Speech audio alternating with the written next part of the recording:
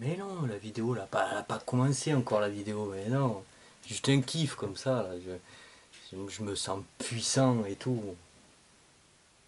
Elle, elle tourne? Bah, elle tourne pas.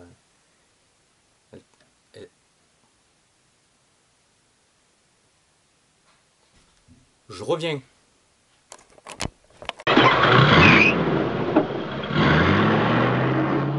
Salut à tous, bienvenue sur la bibliothèque de Galactus, amis galactusiens. Bienvenue à tous, bienvenue aux nouveaux. Les membres qui sont déjà là depuis un moment, salut, comme d'hab.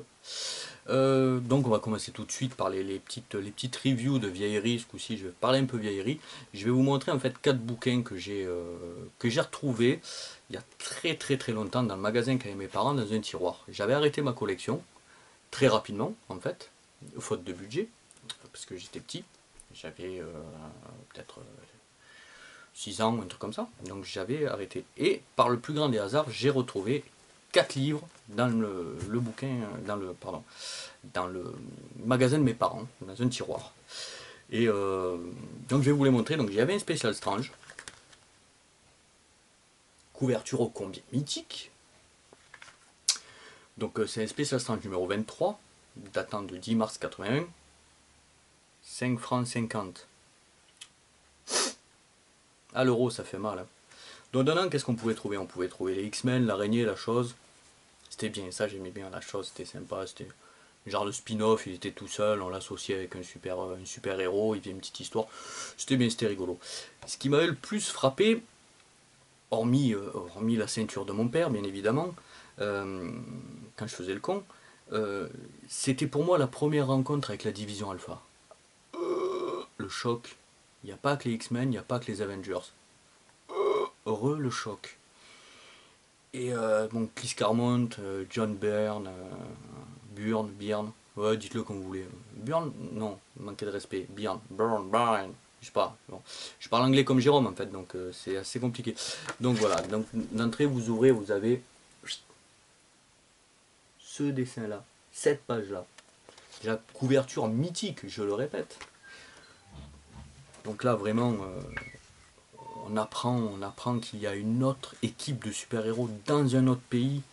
Je spoil pas trop, mais bon, une équipe qui est canadienne, composée de super-héros, qui en veulent à Wolverine, raison XY, X pour l'arme X. Drôle.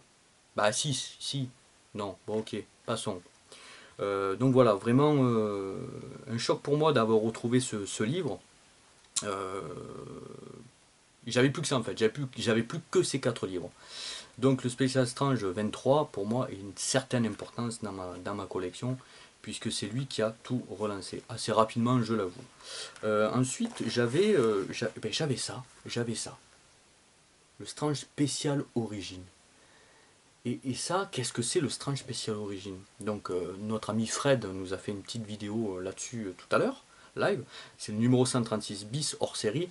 Donc en fait, ça sortait tous les 3 numéros. Donc 136, le prochain, c'était la spécificité du Spécial Origine Strange, ça allait être le numéro 139 et pas le numéro 137. C'était numéro 136, numéro 139, et etc. Ça sautait en fait 3 numéros. Et dedans, qu'est-ce qu'on avait en fait? C'était comme son nom l'indique, c'était les origines. Donc à chaque fois qu'on avait une histoire dedans, c'était l'origine d'un personnage ou la première apparition en France du personnage, où on avait bien sûr, bien évidemment, à un moment donné dans le livre, on avait cette fameuse chronique Stanley raconte, où dedans on pouvait avoir, admettons là ça parlait de Thor, et on avait toute une explication de texte sur notre super-héros, qui était bien sûr euh, tenant, tenant du titre dans le bouquin. C'était très intéressant puisque c'était des histoires qu'on avait peut-être loupées, puisque nous on était sur de la parution française, donc on était un petit peu à la bourre, etc.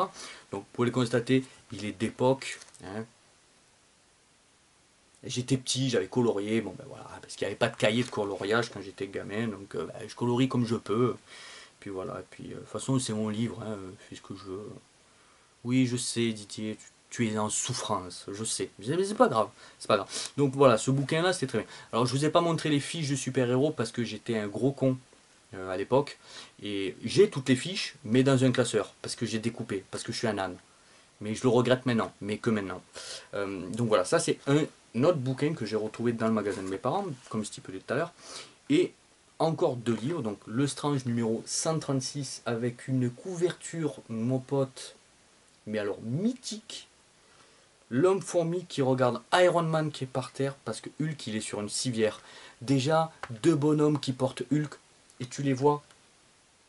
Ils forcent pas les mecs, ils forcent pas, ils portent Hulk, ils forcent pas. De qui se moque-t-on? De qui se moque-t-on? De moi? De vous? C'est faux. Je ne peux y croire, je ne peux y croire. Donc voilà, donc ça c'était vraiment ce... Voilà, donc il y avait du... Donc à l'intérieur, qu'est-ce qu'on avait? Bien évidemment, on avait du Daredevil, on avait de l'Iron Man, on avait de l'araignée, on avait Rome. Rome. Super-héros pour certains. Ersatz de Terminator pourri pour certains. Pour moi, super-héros, mais avec un potentiel de fou, très mal exploité, qui à la base devait être un jouet, enfin était un jouet. On avait confié la licence de Rome Rome qui était un jouet de chez Hasbro, si mes souvenirs sont bons, qui avait confié en fait la création d'une BD à Marvel pour pouvoir, si vous voulez, vendre un maximum de jouets. Problème, le jouet était dégueulasse, il était ignoble. Par contre, la BD pour moi était excellente. C'était un mélange de science-fiction, de super-héros, d'horreur.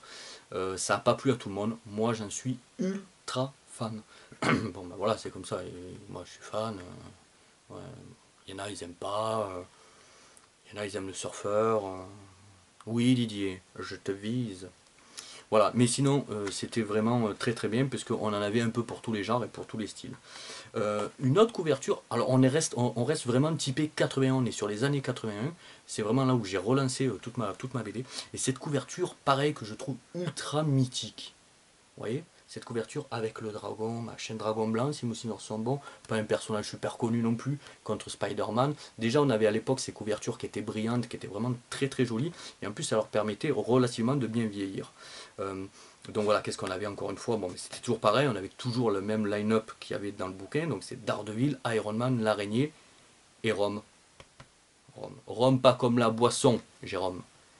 Ouais, non, parce que je te vois venir. Mais c'est pas grave, on en parlera tête-tête. Dans une bière. Donc voilà, donc c'était vraiment l'époque où j'ai compris que je ne pourrais pas me passer des super-héros. Qu'ils allaient m'accompagner toute ma vie. Mais alors vraiment toute ma vie. C'est ma vie tourne autour de ça et de ma femme et de mon fils que j'embrasse fortement de supporter tous les livres et tous les achats compulsifs que je fais. Voilà, donc vraiment, je vous ai pas trop parlé des histoires dedans, je voulais juste vous parler de ces quatre couvertures qui pour moi ont relancé vraiment toute la machine super-héros. C'est à partir de ces quatre bouquins que j'ai retrouvés où je me suis remis dedans à fond. Donc voilà, je voulais vous les présenter parce qu'ils me tenaient à cœur. Ils ont aussi une histoire, comme le dernier livre que je vous ai présenté, qui a une très très grosse histoire pour moi. Ensuite, on va passer, ben, comme vous savez si bien, aux goodies. Donc voilà, donc pareil encore une fois, c'est les cadeaux de mon fils. Je vais vous présenter ce petit, hop, et bien sûr, il n'est pas du bon côté, ce petit porte-clés, type petite poupée vaudou, vous voyez, tout sympa, tout mignon. Hein, c'est comme une petite boule de pelote de fil, donc sur lequel on produit un petit Spider-Man. Et mon fils m'en a acheté deux, hop, il m'a trouvé aussi le petit Captain America. Top génial, top mimi, ça vaut pas très cher, c'est super sympa, on n'en trouve pas beaucoup, c'est pas super rare non plus, mais c'est très original et je trouve que c'est vachement sympa. Puis c'est un cadeau de mon fils, donc je kiffe et je surkiffe. Donc j'apprécie énormément ces petites attentions de la part de mon fils, qui, comme je vous l'ai déjà dit en plus, à ma grande souffrance, n'est pas fan du tout des super-héros. Je suis désolé. Allez, c'est passé, c'est pas grave, ça en fera plus pour moi. On passe maintenant au DVD. au DVD, qu'est-ce que je vais vous présenter? Je vais vous présenter, j'espère qu'il n'y aura pas de reflet comme la dernière fois, j'avais repéré qu'il y avait un reflet, mais comme je suis sur une caméra sport, machin, ça fait un reflet. Enfin, tu vois ce que je veux dire? Tu vois, c'est compliqué, le reflet, pas le, tu sais pas, j'ai pas de retour. J'explique trop, c'est ça? Je vous gonfle. Ok, ben on y passe, ça va, ben ça va, on passe au DVD, on passe au DVD. Allez, DVD, DVD.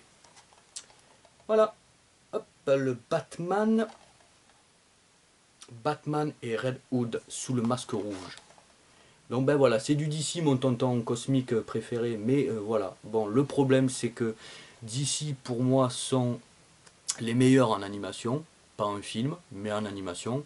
Alors Batman et le masque rouge, donc histoire romancée, arrangée par rapport à la BD, puisque c'est quand même tiré d'une BD, où là, Batman va se retrouver confronté à un personnage qui, comme son nom l'indique, possède un masque rouge et va faire semer une terreur parmi les dealers de drogue et les gangs de rue, mais de manière ultra violente, ce que bien sûr Batman n'apprécie pas du tout. Déjà qu'on vienne sur ces terres pour combattre le crime, mais d'une manière ultra violente, alors que Batman a toujours refusé justement qu'il y ait cette violence qui ira jusqu'au meurtre. Et donc toute l'histoire est très bien faite, le dessin animé est très adulte, puisque par rapport à ce que j'en ai vu moi, c'est un dessin animé que je conseillerais à partir, bon, pour rester vraiment cohérent et sans être trop vieux con, à partir du moment où tu trouves des têtes dans un sac, tu classes ça en 16 ans. Voilà. Donc moi je le classerai peut-être pas en 16 ans parce que faut pas, hein, on n'est pas chez les bisounours, on ne vit pas dans un monde en sucre. Mais voilà, c'est quand même un dessin animé qui est assez dur, qui est très bien fait, qui est très intéressant, pardon, avec une très belle histoire. Alors, bon, qu'est-ce qu'on a? On a un petit peu des bonus, on va voir les premiers regards sur Superman, Batman Apocalypse. Pareil, j'en parlerai la prochaine fois, qui est vraiment un super animé. La Ligue des Justiciers, Crisis sur deux mondes. Pareil, un animé que je possède et qui est vraiment très très bon, qui y aura la bande-annonce dessus. Batman, le Chevalier de Gotham, encore la bande-annonce. Et Superman, la fin du monde, la bande-annonce. Alors voilà, c'est beaucoup de bandes annonces dessus, il n'y a pas forcément de bonus, mais par contre, voilà, bon, ben, une petite pochette carton avec le DVD à l'intérieur, bon, sympa. En général, on peut trouver ça à 5 euros, donc vous voyez. L'avantage, c'est que c'est bon, sur le DVD par lui-même, on a un imprimé, ce qui ne fait pas non plus un DVD low cost, donc on peut se faire une belle petite collection avec quand même des DVD qui ressemblent à quelque chose. Surtout que, je vous le remonte encore une fois, Batman et Red Hood sous le masque rouge, un animé assez intéressant, assez adulte, euh, qui peut plaire à beaucoup de monde et qui peut déplaire à certains, je le conçois. Je ne l'admets pas, je le conçois, mais je ne l'admets pas. Vous devez aimer DC Comics. Didier, tu dois aimer DC Comics. Donc voilà, j'ai essayé de faire un peu plus court que d'habitude, mais je crois pas que j'ai réussi. J'ai essayé de faire un peu moins coincé du cul, je crois pas que j'ai réussi. J'ai essayé de mettre un petit peu d'humour, je crois pas que j'ai réussi. Enfin, si, j'en mets toujours un petit peu plus que Jérôme, puisque Jérôme, je vous l'ai déjà dit. Voilà. Par contre, j'ai une très mauvaise nouvelle à vous annoncer. Alors, je sais que beaucoup de vous vont être choqués, vont être attristés. J'ai le regret de vous annoncer la perte de Iceberg. Ouais, notre ami X-Men Iceberg. Voilà, on l'a retrouvé fondu. Avec la canicule, il n'a pas supporté. Donc voilà, je tenais à vous en faire part. Ni fleur ni couronne, la famille ne reçoit pas. Hein. Voilà. Voilà. Déjà que son père il s'était embrouillé avec le Titanic, le père d'Iceberg, je sais pas quoi. Il y avait une histoire un peu foireuse. Donc voilà, Iceberg nous a quittés à cause de la canicule. Ben voilà les Galactusiens, j'espère que ça vous a plu ou pas. Si ça vous a pas plu, de toute façon, je pourrais pas y faire grand chose, je changerai pas, parce que ça me plaît de faire ce que je fais. Dernier petit mot. Alors franchement, tous les nouveaux là, tous autant que vous êtes, tous les anciens là, tous autant que vous êtes là, dans la bulle cosmique de Galactus. Mais sérieux, vous êtes des grands malades. Vous êtes des grands malades, les gars. Là, vous êtes des fous, mais je vous surkiffe. Putain, mais vous êtes là, vous venez, vous posez des questions, vous faites des débats, vous vous respectez. Mais tous les jours, vous me régalez, vous balancez des images de fous, vous postez des trucs, vous postez vos créations. Il y en a qui se lancent dans la vidéo, il y en a qui se lancent dans le live. Franchement, je pensais pas que ça allait prendre aussi bien, qu'on allait aussi bien s'en sortir pour un début, parce que ce n'est que le début. Franchement, avec Jérôme, avec Fred, avec Ernesto, avec Didier, avec Michael, avec qui on parle beaucoup aussi, avec Nourdine, qu'on parle beaucoup, euh, avec Richard aussi, c'est des gens avec qui on parle énormément, d'autres aussi que j'ai oublié, excusez-moi de vous oublier, voilà, mais il y a vraiment je trouve une cohésion dans le groupe. Franchement, ouais, j'en hallucine encore, quoi. Bon, c'est vrai qu'on la joue à la cool aussi, on se prend pas la tête, mais de là à vous voir heureux et à vous lancer, à faire des vidéos. Les mecs, ils sont aux States, ils font des vidéos. Les mecs, ils sont aux States. L'autre, il est dans sa voiture, il fait une vidéo. L'autre, il est à la mer, il fait une vidéo. Moi, je suis chez moi en galère, je fais des vidéos. Mais c'est pour vous qu'on les fait. On se fait plaisir, faut pas se mentir, ça nous fait plaisir d'être à la caméra, de parler pour vous. Mais là, c'est un truc de fou. Là, vous me régalez. Amis Galacusiens, je vous kiffe tous. Vraiment, vous assurez grave. Et j'espère que vraiment, vraiment, on va arriver à faire tout ce qu'on veut faire parce que vraiment, ça va être le surkiff. A plus les potos.